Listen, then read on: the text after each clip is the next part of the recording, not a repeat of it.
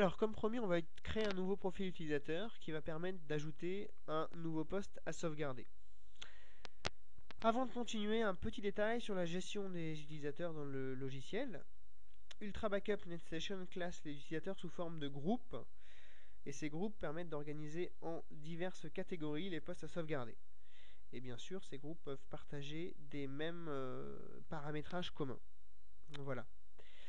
Par défaut, il existe un utilisateur et un groupe. C'est celui qui a été créé par l'installateur lorsque le logiciel a été déployé et qui sert à administrer le service de sauvegarde. Donc c'est l'utilisateur root, comme l'administrateur Windows ou le compte root sous Linux. C'est un utilisateur qui est virtuel, c'est-à-dire qu'il ne stockera pas de fichiers et n'est d'ailleurs pas compté dans le décompte des licences. Il sert uniquement de super administrateur. La seule chose que vous avez à vous souvenir, c'est qu'il ne faut pas que vous le supprimiez parce que par défaut, les outils Ultra Backup utilisent cet utilisateur pour se connecter au service et effectuer leurs tâches d'administration. Voilà. Donc, pour la bonne administration du serveur, un groupe a été créé, c'est le groupe NetStation, qui ne contient qu'un seul utilisateur, c'est l'utilisateur root, qui est ici. Vous pouvez directement ajouter vos utilisateurs dans le groupe NetStation ou bien créer directement un nouveau groupe. C'est ce qu'on va faire maintenant. Donc, je crée un nouveau groupe d'utilisateurs. Je vais appeler ça utilisateur de Fabricam, qui est ma société virtuelle. Voilà. Alors, un groupe a un domaine, c'est-à-dire un nom utilisé dans le logiciel, qui sera accolé à tous les utilisateurs membres du groupe. Moi, je choisis donc le domaine Fabricam.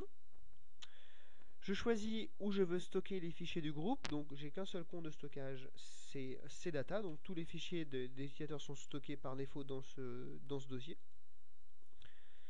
Et voilà, j'ai créé mon nouveau groupe qui apparaît ici, qui encore n'a pas d'utilisateur. Donc je crée mon nouvel utilisateur, donc par défaut, soit vous pouvez mettre le nom du poste, soit le nom de la personne qui va l'utiliser. Donc par exemple, on va dire que l'utilisateur s'appelle Antoine Brumel. Voilà. Par défaut, Ultra Backup a calculé un nom d'utilisateur calqué sur le prénom et le nom complet de la personne. Donc on va le conserver. Je choisis un groupe parent, donc j'en ai deux. Le groupe par défaut créé par l'installateur et le groupe qu'on vient de créer. Donc je prends le groupe qu'on vient de créer. Dans ce cas-là, le login, c'est-à-dire le nom à utiliser lorsque je paramétrerai mon client, sera abrumel@fabricam. Donc la concaténation du nom d'utilisateur et du nom de groupe.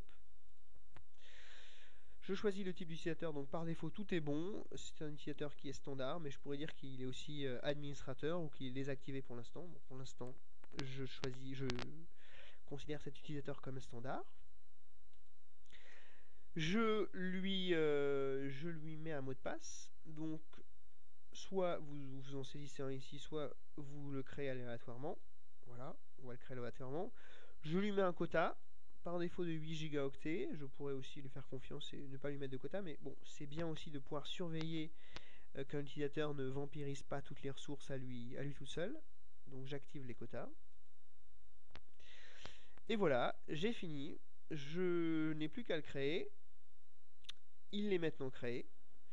Alors, Ultra Backup ne stocke aucun mot de passe, c'est-à-dire que lui, il stocke uniquement des hashes, c'est-à-dire des empreintes de mots de passe, qui sont suffisantes pour déterminer si le mot de passe est bon ou pas. Et par contre, ce mot de passe, il faut que je le garde moi, donc je vais le copier pour pouvoir, au niveau du client, le configurer, puisque la seconde étape sera de configurer le poste client. Donc je le copie dans mon presse-papier, terminé, et j'ai mon nouvel utilisateur qui est créé. Donc on retrouve le login, le nom complet, on sait qu'il ne stocke pour l'instant 0 octet sur 8 gigaoctets, qu'il n'y a aucun fichier sauvegardé, et qu'il ne s'est jamais connecté. Voilà, donc il ne me reste plus maintenant qu'à installer le logiciel client sur le poste de l'utilisateur pour qu'il puisse envoyer des données au serveur. Parmi les tâches qui seront ensuite possibles, on aura la sauvegarde de ces données, la restauration de ces fichiers, la surveillance de ces disques pour détecter des anomalies matérielles, en utilisant le nœud périphérique de stockage client, on vient de le voir. On pourra voir qu'il pourra télécharger des fichiers via l'interface web, qu'il pourra partager des fichiers, etc., etc. Tout ça sera au programme des prochaines vidéos. Voilà, il ne me reste plus qu'à vous souhaiter une bonne journée et à vous dire à bientôt.